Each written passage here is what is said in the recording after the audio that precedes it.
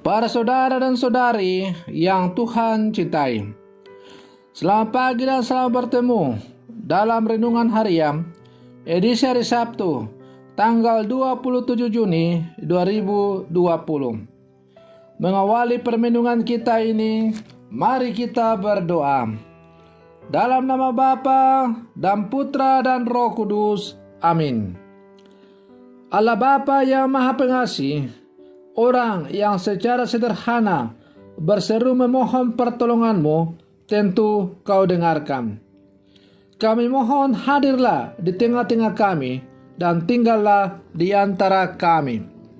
Semoga contoh teladan beriman dari perwira yang hari ini kami dengar juga dapat kami tiru dalam kehidupan kami sehari-hari.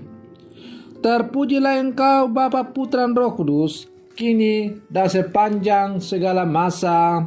Amin. Para saudara dan saudari yang Tuhan cintai, sabda Tuhan yang hendak kita dengar diambil dari Injil hari ini, yaitu Injil Matius pasal 8 ayat 5 sampai 17. Tuhan sertamu. Inilah Injil Tuhan kita Yesus Kristus menurut Santo Matius. Ketika Yesus masuk ke Kapernaum, datanglah seorang perwira mendapatkan dia dan mohon kepadanya, "Tuan, hambaku terbaring di rumah karena sakit lumpuh, dan ia sangat menderita." Yesus berkata kepadanya, "Aku akan datang menyembuhkannya." Tetapi jawab perwira itu kepadanya, "Tuan, aku tidak layak menerima Tuan di dalam rumahku. Katakan saja sepatah kata, maka hambaku itu akan sembuh. Sebab aku sendiri seorang bawahan, dan di bawahku ada pula prajurit. Jika aku berkata kepada salah seorang prajurit itu, 'Pergi,' maka ia pergi. Dan kepada seorang lagi, 'Datang,' maka ia datang. Ataupun kepada hambaku, 'Kerjakanlah ini,' maka ia mengerjakannya." Setelah Yesus mendengar hal itu, heranlah ia dan berkata kepada mereka yang mengikutinya, "Aku berkata kepadamu, sesungguhnya iman sebesar ini tidak pernah aku jumpai pada seorang pun di antara orang-orang Israel. Aku berkata kepadamu, banyak orang akan datang dari timur dan barat dan duduk makan bersama-sama dengan Abraham, Ishak dan Yakub di dalam kerajaan surga. Sedangkan anak-anak kerajaan itu akan dicampakkan ke dalam kegelapan yang paling gelap. Di sanalah akan terdapat ratap dan kertak gigi." Lalu Yesus berkata kepada perwira itu, "Pulanglah dan jadilah kepadamu seperti yang engkau percaya." Maka pada saat itu juga sembuhlah hambanya itu. Setibanya di rumah Petrus, Yesus melihat ibu mertua Petrus terbaring karena sakit demam. Maka dipegangnya tangan perempuan itu, lalu lenyaplah demamnya. Ia pun bangunlah dan melayani dia. Menjelang malam, dibawalah kepada Yesus banyak orang yang kerasukan setan, dan dengan sepatah kata Yesus mengusir roh-roh itu dan menyembuhkan orang-orang yang menderita sakit. Hal itu terjadi supaya genaplah firman yang disampaikan oleh Nabi Yesaya, "Dialah ia memikul kelemahan kita dan menanggung penyakit kita." Demikianlah Injil Tuhan. Para saudara dan saudari yang Tuhan cintai, di zaman ini orang yang jujur, penuh iman dan tulus memperjuangkan kehidupan sesamanya sudah jarang kita temui. Contoh orang yang langka seperti ini justru kita temukan dalam kisah Injil pada hari ini. Seorang perwira di Kapernaum memohon kepada Yesus agar berkenan menyembuhkan hambanya yang lumpuh. Perwira ini memperlihatkan iman yang mengagumkan. Ia percaya bahwa hanya dengan kata-kata saja Yesus bisa menyembuhkan hambanya.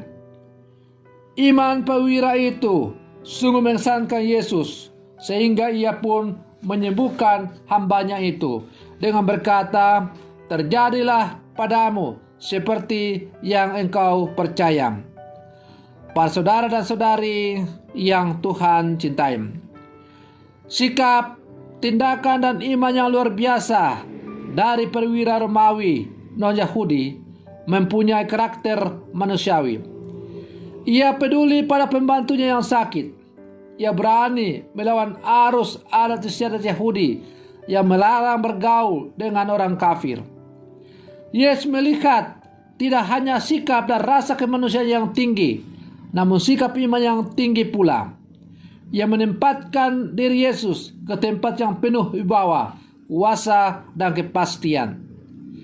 Keyakinannya pada kuasa dan wibawa perkataan Yesus menunjukkan imannya yang hidup yang tidak dimiliki oleh orang-orang Yahudi. Para saudara dan saudari yang Tuhan cintai, kita yang hidup di zaman sekarang adalah orang-orang yang telah percaya kepada Yesus Kristus dengan menerima sakramen pembaptisan. Pertanyaannya untuk kita sekarang adalah, apakah iman sebesar yang dimiliki oleh perwira sebagaimana kita dengar dalam kisah Injil tadi juga kita miliki dalam kehidupan kita sehari-hari? Perwira tadi adalah orang bukan Yahudi, orang asing yang dianggap penjajah oleh orang-orang Yahudi.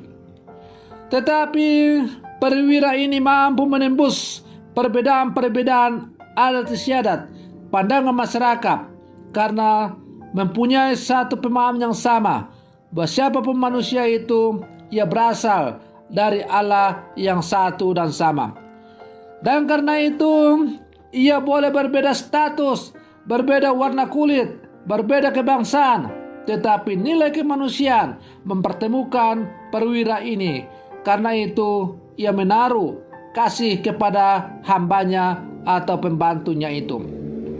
Nilai kemanusiaan yang begitu luhur dan tinggi yang dimiliki oleh perwira inilah yang disertai dengan sikap iman yang sungguh mendalam kepada Yesus, bahwa hanya dengan kata-kata saja Yesus akan mampu menyembuhkan hambanya, telah menggugah hati Yesus sehingga ia tergerak untuk menyembuhkan, menjawabi iman yang sungguh mendalam dari perwira ini.